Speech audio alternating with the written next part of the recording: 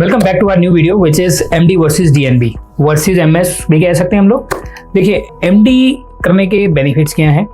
Number one, पहले हम तीनों के बेनिफिट डिसाइड करते हैं। Number one, non surgical line है, ठीक है। हाईटेक मशीनरी रिक्वायर्ड नहीं होती है एमडी के लिए। अगर उसके बाद आपको अपना सेटअप बनाना है, ठीक है। लार्ज वैरायटी ऑफ पेशेंट, मतलब पेशेंट बहुत है। कोई भी बीमार होगा, किसी तरह का पेशेंट होगा, आएगा किसके पास? फिजिशियन के पास, एमडी के पास। और वहीं हम कंपैरिजन करें एमएस की तरफ। हाँ, एमएस में क्या है, सर्जिकल पार्ट में हाई रिस्क पेशेंट है, इमरजेंसीज ज़्यादा है। इक्विपमेंट कॉस्ट अगर आपने अपना स्टार्ट करना है तो इक्विपमेंट कॉस्ट भी आएगी, बहुत नीश एरिया आ जाता है। देखिए अगर किसी ने एमडी मेडिसिन में किया है तो उसके पास सारी तरह के पेशेंट है, लेकिन अगर किसी ने एमएस गायनी में किया है तो उसके बाद गायनी के पेशेंट हो गए, ऑर्थो में किया है तो उसके बाद ऑर्थो के ही पेशेंट आएंगे, आई में किया तो उसके बाद आई के पेशेंट आएंगे, उसके बाद कोई जनरल पेशेंट नहीं आएगा। देन आ जाता है डीएनबी। डीएनबी के भी बेनिफिट्स बहुत हैं।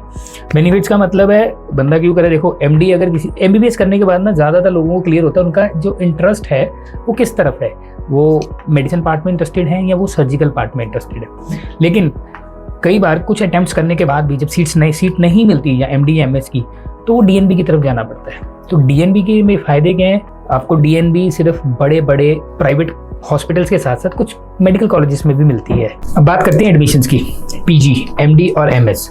देखिए काफ़ी लोग क्लियर कर जाते हैं, कुछ लोग होते हैं जो क्लियर नहीं कर पाते। लेकिन क्लियर करने के बाद भी कुछ लोग ऐसे होते हैं जिनको उनका डिज़ायर्ड इंस्टीट्यूट नहीं मिलता, उनको उनकी डिज़ायर्ड स्पेशलिटी नहीं मिलती। और एग्ज़ाम ऑब्वियस है, डिफ़िकल्ट तो होता ही है। और अगर आप एमबीबीएस क्लियर कर चुके तो ये भी क्लियर कर ही लेते हैं, बट कुछ लोगों से नहीं हो पाता। अब उनके लिए क्या ऑप्शन है? उनके लिए ऑप्शन है डीएनबी करना। अब इसमें होता क्या है कि डीएनबी में जो बड़े बड़े प्राइवेट हॉस्पिटल्स में भी डीएनबी होती है और मेडिकल कॉलेज में भी होती है, बट इनमें डिफरेंस क्या है? डिफरेंस ये है कि प्राइवेट हॉस्पिटल में जब आप डीएनबी करते हैं तो उनके पास लेटेस्ट टेक्नोलॉजी होती है, लेटेस्ट इक्विपमेंट होते हैं। लेकिन गवर्नमेंट मेडिकल कॉलेज में, जैसे मैं एग्जांपल लेता हूँ रेडियोलॉजी की बात करें, एक प्राइवेट हॉस्पिटल में आज की डेट में 3 टेस्ला एमआरआई आ गई है, लेकिन वही मेडिकल कॉलेजेस में 0.3 टेस्ला या 1.5 टेस्ला पे काम हो रहा है। कई जगह सॉरी टू से कि एमआरआई नहीं भी है कुछ मेडिकल कॉलेजेस में। और अब इनमें डिफरेंस क्या आ जाता है? डिफरेंस एक तो आ गया टेक्नोलॉजी का, दूसरा आता है चार्जेस का। प्राइवेट हॉस्पिटल में चार्जेस ज़्यादा होंगे। अब ऑब्वियस है चार्जेस ज़्यादा हैं तो पेशेंट फ्लो कम होगा।